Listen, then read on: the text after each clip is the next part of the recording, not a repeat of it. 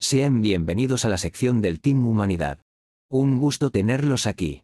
Como sabemos, es dirigido y elegido por Brunil. Demos un recorrido por cada uno de estos representantes. Al ser Buda un traidor de los dioses, no lo contaremos, al igual que a los luchadores que no han participado aún, o como Okita, que aún no ha concluido su combate. Sin más preámbulo, le doy la palabra al admin Jack Dantes, quien dirigirá su sección.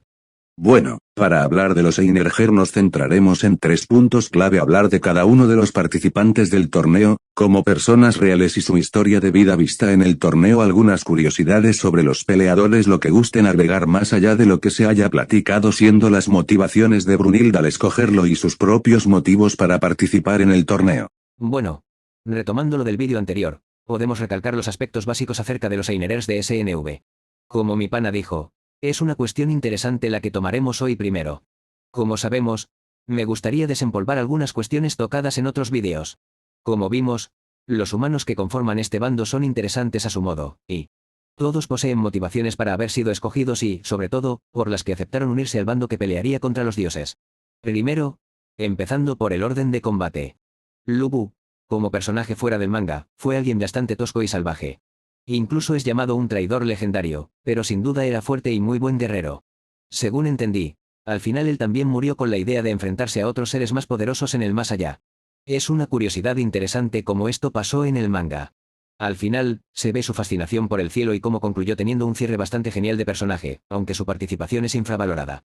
El personaje de Lu Bu en sus leyendas era visto como un guerrero, alguien que luchó contra ejércitos y un líder militar, aunque lo que caracteriza a otros líderes de este tipo es que luchaba con fuerza bruta, o sea que no solo fue su conocimiento militar sino fuerza y actos de un verdadero guerrero. Aunque solo se tengan leyendas y pequeños relatos de su vida e historia que los mangakas nos intentaron representar en su spin-off y en el manga, aunque si final fue una leyenda o rumores, se dice que él se dejó capturar para morir ya que no encontró contra quién más pelear, algo que representaron en el manga, y otra que cuando fue capturado dijo que le dieran unos días y el mundo sería suyo si lo soltaban. Ambas aparecen en el manga. El Lu Bu del manga tiene varias de estas características, siendo la diferencia clara su historia y lo sobrenatural de su fuerza descomunal. Bueno, de Lu Bu se tienen muy poco registro de quién fue realmente, más que cuentos y escritos sobre su increíble poder, el general estratega que nunca fue vencido en batalla, alguien conocido por ser analítico y alguien que sabía de la guerra, venciendo a varios de sus enemigos en combate, alguien que iba ganando adeptos, con sus increíbles hazañas, ganándose el respeto tanto de sus aliados como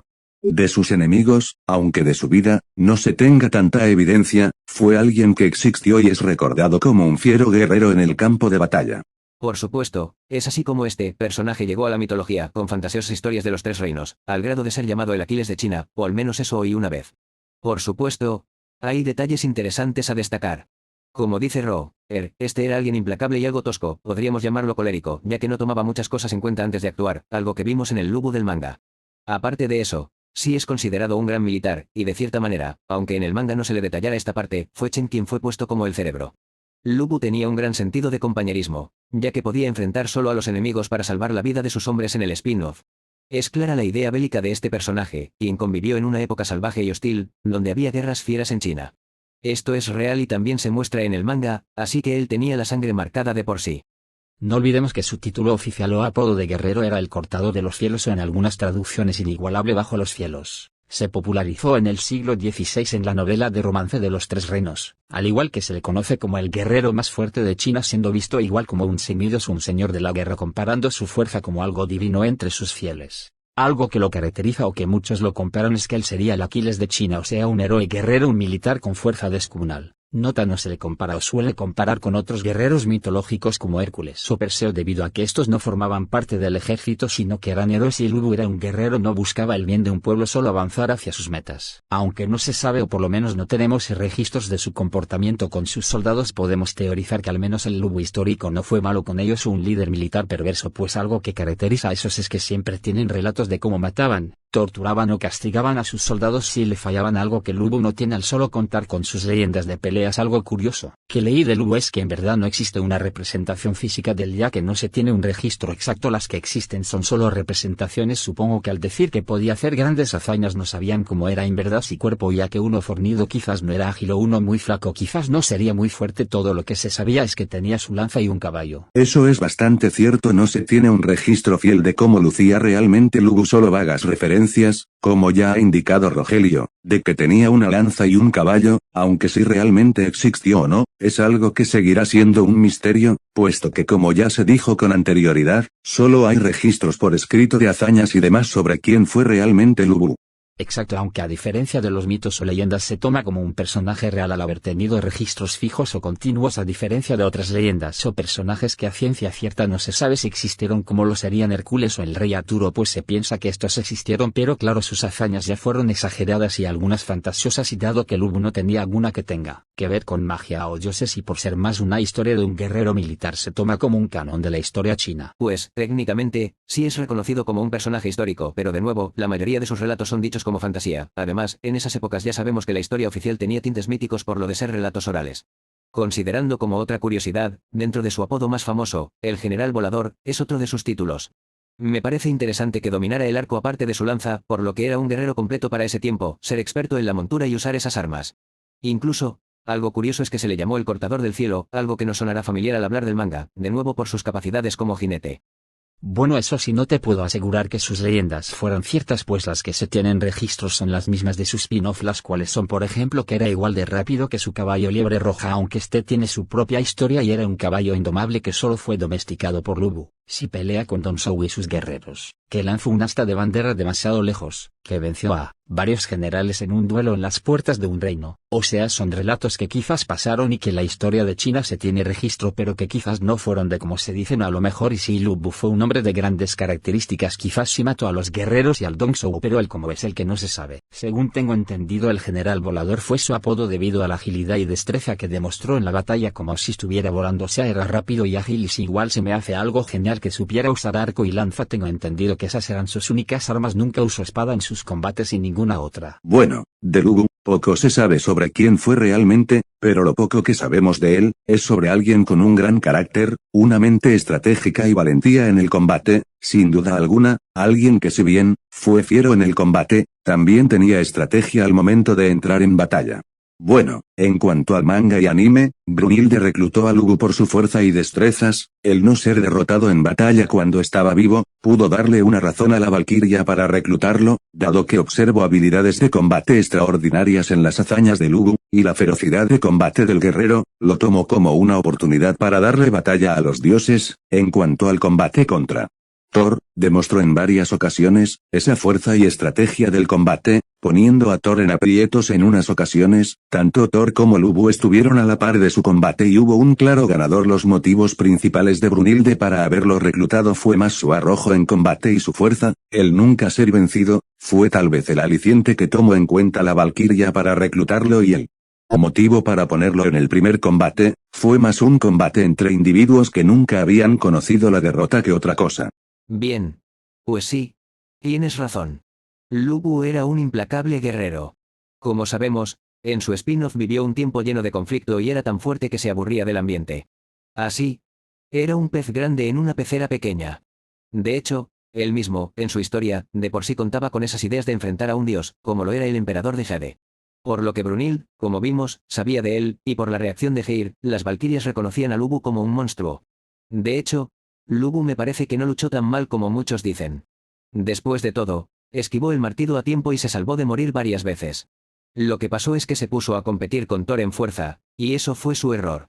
Por supuesto, tenía el motivo de que desde niño se le planteó encontrar a alguien igual a él que fuera fuerte. Se sentía solo y deseaba un igual. De hecho, en su spin-off vemos ese recorrido en busca de alguien fuerte. Por lo que Lu Bu, más que solo pelear, deseaba a alguien que pudiera ser su igual y huir de su soledad. Si nos ponemos a analizar la historia de Lu Bu, su motivo tuvo mucho que ver con el por qué fue elegido, debido a lo que se le planteó sobre buscar al hombre más fuerte, haciendo que éste decidiera participar buscando a su amigo de lucha, Me causa curiosidad el personaje de Lubu en el manga ya que me recuerda a muchos personajes de anime como Goku, Saitama, y Yuiroama, los cuales son personajes de fuerza incomparable, actos sobrenaturales pero que comparte la motivación de Lubu, una pelea digna y un rival que sea su igual con el cual pelear. Sin embargo, lo que lo hace llamativo es que Lubu fue el único que no lo encontró en la Tierra, puesto que todos los demás lo encuentran o encuentran un reto el cual fue suficiente para dejarlos satisfechos o encuentran otra cosa que los motive, y Lubu decidió acabar con su vida pues sabía que nadie era tan fuerte como él, esperando que alguien fuera igual de fuerte en el cielo, aunque creo que si lo hubieran mandado al infierno se hubiera sentido como niño en chocolatería, jajaja. Su pelea fue de mis favoritas no solo porque fue la que abrió el torneo sino porque fue una muestra de fuerza bruta contra Thor, ya que sí usaron técnicas, pero tomemos en cuenta que esas técnicas no son tan como decirlo pulidas o de un guerrero diestro como los espadachines o demás. Literal, Thor golpeó con martillo en distintas posiciones y Lubu golpeó con lanza en distintas posiciones, jajaja.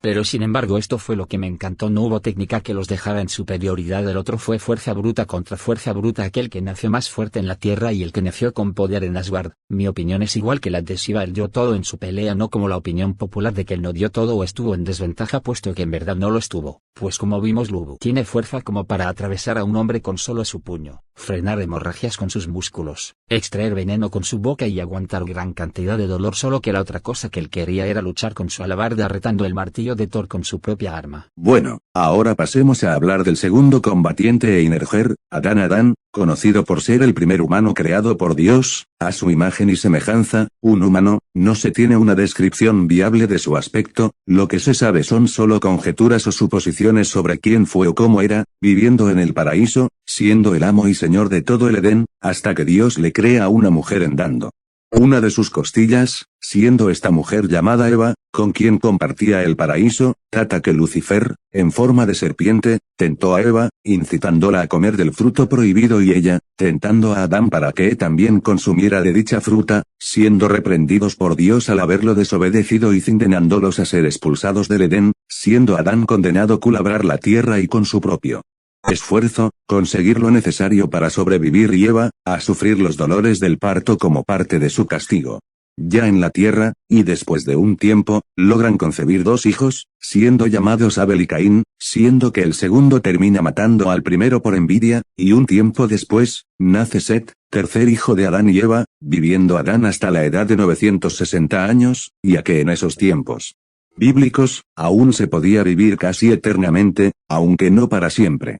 Tomando en cuenta lo que ha dicho ya que es cierto, Afán fue la última de la creación hecha por Dios en los 7 días, nacido del barro y la tierra tomando vida del aliento de su creador, aunque es cierto Adán y Eva tuvieron muchos más hijos y además de Caín y Abel, y no comparto que su tercer hijo sea Set, puesto que esto es más parte de otros escritos los cuales no son tomados como el canon bíblico algo, así como con Lilith que sería más una leyenda. Supongo que algo que no se dice pero se intuye en la historia de Adán como primer hombre es que después de ser expulsado del Edén sería que él, además de ser el padre de la humanidad, sería el padre de actividades, puesto que al ser el primero del vino costumbres y enseñanzas de vida, pues al tener que cultivar sus alimentos sería el primer labrador o granjero, al tener que cazar y luchar con animales salvajes los cuales en el Edén no eran salvajes pero ahora buscaban comérselos, sería el primer cazador y creador de armas de roca y palos, al igual que el primero en pelear con sus manos. Bueno, con Adán. Sí es cierto que no hay mucha información acerca de él. Aún así, creo que hay aspectos curiosos para analizar y tocar, como lo es que se dice que este no tenía ombligo por haber sido nacido así directamente de Dios, algo que vemos en el Adán del SNV, que no tiene ombligo. Otro aspecto es que se le dio absoluto control de los animales, no podían tocarlo y estos lo obedecían, infiriendo toda la cuestión hasta el trabajo que hizo como nombrar a cada animal. Algo que también vemos, ya que los animales hablaban con él, como él mencionó con el pájaro y los que le siguieron en la arena. Aparte de esto, es verdad que tuvo más hijos que Caín y Abel al ser bendecidos por Dios con fructificarse. Es claro que puede que Adán no envejeciera hasta cierta edad de los 900 y tanto y pudiera seguir teniendo hijos con Eva, y así supongo yo, claro está. Su personalidad base es curiosa, aunque muchos actualmente la quieren pintar de machista o algo así. Yo no lo veo así. Leyendo su historia, este era alguien muy inocente, como un niño, al grado que vivió en soledad porque, si no me equivoco, en un relato más extenso habla de que él veía a los animales con pareja y él no tenía una, por lo que Dios se apiadó de él, y él vivió confiando en Eva, recibía la comida de ella sin queja. Hasta que ni él vio qué era lo que estaba comiendo, siendo el fruto. Ya que se dice que Eva le dio a Adán y este no dijo nada, no cuestionó, e incluso se avergonzaron de todo después de comerlo. Es un síntoma de que desnudos no sentían nada, así como un niño pequeño cuando lo dejan desnudo por ahí y no sabe que es algo malo. Pero bueno, hablando ahora sí de que este Adán del Sumatsu parece ser la idea errónea de que comer la fruta significa acto sexual, porque vemos que la serpiente sí le traía con Eva. Algo en lo que estoy en contra, porque literalmente luego la Biblia dice que Eva le dio la fruta a Adán. ¿Esto es literal? ¿O qué sentido tendría? ¿Que Eva le dio a Adán para que la serpiente se lo comiera a él también? Es una tontería. Aparte de que el árbol del bien y del mal también es mencionado como algo que existe. Veas donde lo veas, no tiene sentido que piensen eso de una historia que literalmente dice algo explícitamente por un fanfic de infidelidad. Pero qué bueno que no pasó nada más que un manoseo en Sumatsu, y bien, de aquí lo de la serpiente es raro para mi parecer. Ya que este es un ser independiente. En una versión canon se supone que es Lucifer por ser llamado la serpiente antigua y el que pone las pruebas y quien acusa. Y así es claro que es él. Y en la que le gusta a las morras sin papa es Lilith, que estaba enojada y quería arruinar a Adán o algo así. Pero en Sumatsu no es ninguno de ellos, sino un ser independiente que es otra teoría. Ahora que recuerdo, la serpiente era dicha por algunos como un animal más y ya. Pues bueno, la expulsión es diferente también porque vemos que ambos se van y Adán es quien castiga a la serpiente como Dios lo hizo en la Biblia. Se van, viven su vida y ya. Supongo que de ahí vienen sus ideas de amar a la familia y así vivió su vida. Como dice Ro, desde cero literalmente tuvo que trabajar para vivir. Y así supongo que ver que su legado se moriría ya nace su deseo de defender a su raza. Bueno, ya habiendo hablado del Adán de las mitologías bíblicas, se hablará ya del Adán de Suumatsu. Bueno, aquí hay ciertas similitudes entre el Adán de la Biblia y el de Suumatsu, siendo que ambos estuvieron en el jardín del Edén, y fueron expulsados del paraíso, pero con ciertos cambios en la narrativa de los sucesos. Comenzando con el dios serpiente Bimbi, aquí cambiaron al Lucifer.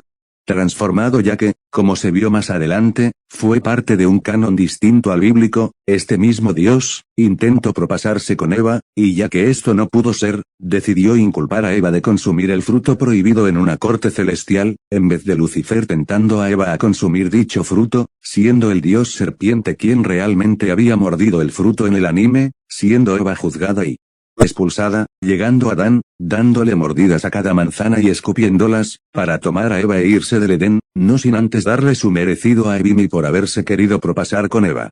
Ciertamente las motivaciones del Adán de Suumatsu en el Ragnarok son para preservar a la humanidad, siendo como el mismo lo menciona el padre de la humanidad, mostrando esa responsabilidad de proteger su linaje. Ahora hablando de sus poderes, los ojos divinos, estos les permiten tener las habilidades de su rival, al igual que como pudimos ver le permite cambiar partes de su cuerpo a las de otra especie, para poder usar estas habilidades, ya que esta habilidad la usó contra la serpiente durante el juicio de Eva, donde sus manos adoptaron la forma de las garras de la serpiente y este las usó para cortarlas. Existe una interrogante que considero que más bien está claro, pero es de si él puede copiar habilidades. ¿Qué pasa con aquellos que usan armas? Pues sencillo, no puede copiar el arma, claro está. No es como otros personajes de anime o caricaturas que al copiar habilidades inclusive deforman sus manos para que se vuelvan armas. Sin embargo, teorizo que él sería igual que Taskmaster, o sea que en estos casos pueda copiar movimientos, o sea en el caso de que su rival no tenga poderes pero digamos es bueno usando el martillo, Adán podría copiar su forma de combate y al quitarle el martillo usarlo, como si fuera un profesional o al nivel de su rival. Algo que muchos debatían después de su pelea fue que si su ojos al copiar el poder de Zeus le dio la misma fuerza que Zeus, o ya tenía esa fuerza. En mi opinión Adán no tenía este poder desde que lo crearon, o por lo menos no demostró tener algo parecido a super fuerza nivel Zeus hasta su encuentro con él, pues si mayor hazaña de fuerza contra alguien del cielo fue contra los guardianes que cuidaban el juicio de Eva, pero debido a su capacidad de copiar poderes, y si copia fuerza significa que solo copió su fuerza y los derrotó. Aparte Adán tiene la limitante de usar sus ojos, no importa el poder de quien esté enfrentando el problema, es el tiempo. En palabras del propio Zeus, estaba peleando consigo mismo. Esto es un shock desde el inicio, aparte de que más tiempo que use Adán más presión le da y por ende se destruyen porque es una presión, por tanto Adán no puede tener peleas largas. Bien, a ver, pues, siendo sinceros, como mencionó Roger, Adán tenía fundamentada la idea de hacer su propio paraíso, como él lo llamó. El haber vivido tantos años haciendo tantas cosas debió encariñarse con la vida que llevó y, sobre todo, con sus hijos, que es un aspecto marcado que tiene el personaje. Se veía a toda su descendencia como hijos, aunque vimos que era un despreocupado, podía tomar las riendas cuando debía intervenir. Considerando que fue Brunil la que lo buscó por sus conocimientos sobre sus ojos y quizá otras bendiciones que ella podría haber adivinado, Adán fue reclutado. Aparte de eso, Brunil lo veía como alguien que odiaba a los dioses por su forma de expresarse. Ella de él e incluso todos pensaban así, que Adán estaría furioso contra los dioses, tanto que Zeus se sorprendió por no ver esto. Algo interesante es que Adán le dio la oportunidad a Zeus de rendirse, algo que para mí es curioso y demuestra cómo a él no le importaba dañar a nadie, porque hasta a la serpiente la dejó vivir. Por tanto, sus motivos eran preservar su linaje sin distinción entre buenos o malos, algo que vemos al ver a Caín y Abel, ya que sabemos que uno fue bueno y el otro malo, con una dualidad marcada. Pero Adán aquí se ve que, aunque haya pasado o no su historia, los ama por igual. Ahora entramos con Sasaki Kojiro. Sasaki Kojiro, nacido en Japón en alguna fecha en 1585 y fallecido el 13 de abril en 1612, fue un destacado espadachín japonés. Era conocido como el Tigre Kojiro. Era alguien que estudió el arte de la espada, con Seigen toda su habilidad. Aunque no presentaba alguna, era alguien de rápido aprendizaje. Su espada, una Nodachi que era llamada el tendedero, por su gran tamaño, lo hacían alguien formidable, y su técnica Tsubame Gaeshi, corte de la golondrina voladora, era temible. Alguien que aprendía de cada derrota, evolucionando paso a paso, lo convirtieron en alguien poderoso y reconocido, tanto que Musashi Miyamoto lo desafió a un duelo, y aunque Kojiro estuvo cerca de la victoria, Musashi fue a quien se llevó la victoria al final, dando así muerte a Kojiro. Un dato curioso de Sasaki es el hecho de su apodo como el mayor perdedor de la historia. Lo curioso de esto es que su título de mayor perdedor se lo ganó ya que él se tendría antes de empezar una batalla, pero no por miedo sino porque se negaba a matar a sus rivales. De hecho, como dato para la cultura japonesa, el término perdedor es alguien de igual forma respetable que un ganador, pues alguien que se reconocía como perdedor era alguien valiente y que de igual forma ellos no criticaban el resultado ganadores y perdedores, sino el propósito de esto. Si fue una victoria por algo bueno o una derrota por algo bueno es igual de reconocido en esta cultura. Por eso que el apodo del mayor perdedor no es para referirse a Sasaki como alguien derrotado sino de alguien que no luchaba para matar. Según los registros históricos y libros de relatos, Sasaki jamás se casó y jamás tuvo hijos legítimos, dado que él solo se dedicaba a seguir el camino de la espada y mejorar como espadachín. Asimismo, en diferentes relatos se dice que él tenía una enfermedad, aunque esto igual no es del todo confirmado. Se decía que era sordo, ciego o sufría de tuberculosis. De hecho, según entendí, Sasaki Kojiro era un ganador o un espadachín popular en ese entonces, tanto que se dice que podía ganarle a 3 hombres a la vez o algo así. Aparte de eso, fue nombrado maestro y más cosas así por un señor feudal. Como vemos, él era experto en el estilo de una mano. De hecho, es por eso que la victoria de Musashi es un gran referente para decir que era un gran espadachín, porque no le ganó a cualquiera. Aunque obviamente se hizo popular por perder, y por eso creo que se siguió ese hilo. Además, él no usaba el peinado de samurái, era alguien algo excéntrico fuera de eso. Hablando del Sasaki de SNV, vemos cómo él evolucionaba buscando algo, una forma especial de fuerza. Él buscaba más y más, tanto que aprendió de otros y no lo hacía por reconocimiento. Por esto, no los iba a vencer cuando los superaba. Por tanto, Sasaki buscaba también un oponente digno y, sobre todo, con quien probar sus técnicas. Y sí, superó a todos los espadachines, como se vio que asombró a todos. Un dios era lo siguiente. Es curioso ver que buscaba la máxima expresión de la espada en combate.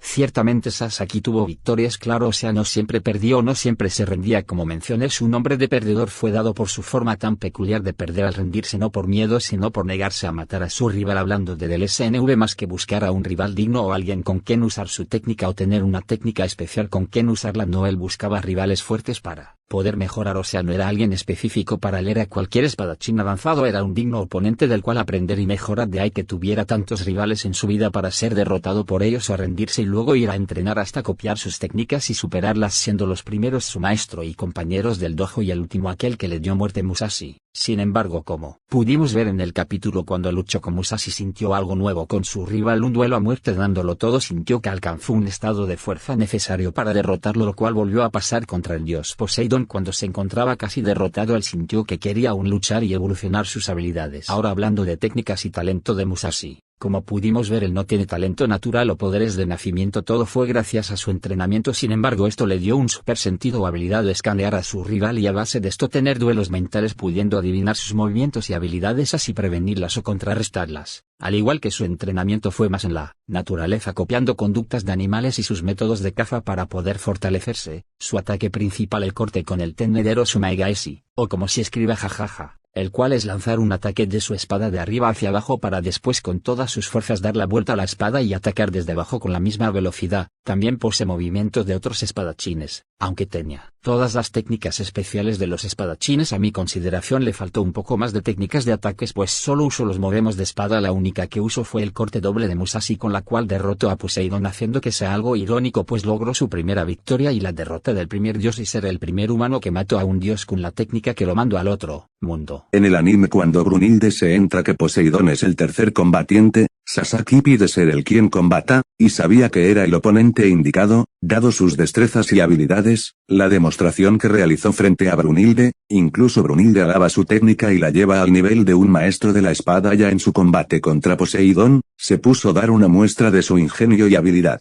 mental, razonando cada detalle en cuanto a combate contra Poseidón, en el cual perdía la mayoría de las veces, para ya después llevar a cabo un combate serio contra el dios griego del mar y así, fue evolucionando al paso del combate y finalmente, vencer al dios realmente, no fue Brunilde quien escoge a Sasaki de principio, es el mismo Sasaki quien se ofrece voluntariamente para combatir contra él.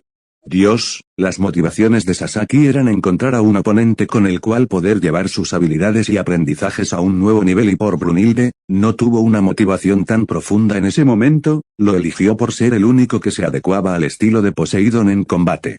Bien. Sasaki Kojiro es alguien interesante. Podemos decir que tiene una gran capacidad de aprendizaje, muy ágil, ya que pudo copiar las técnicas de todos sus rivales. La memoria le ayudó a perfeccionar la imagen mental de cada uno de ellos, un entrenamiento que existe en el mundo real.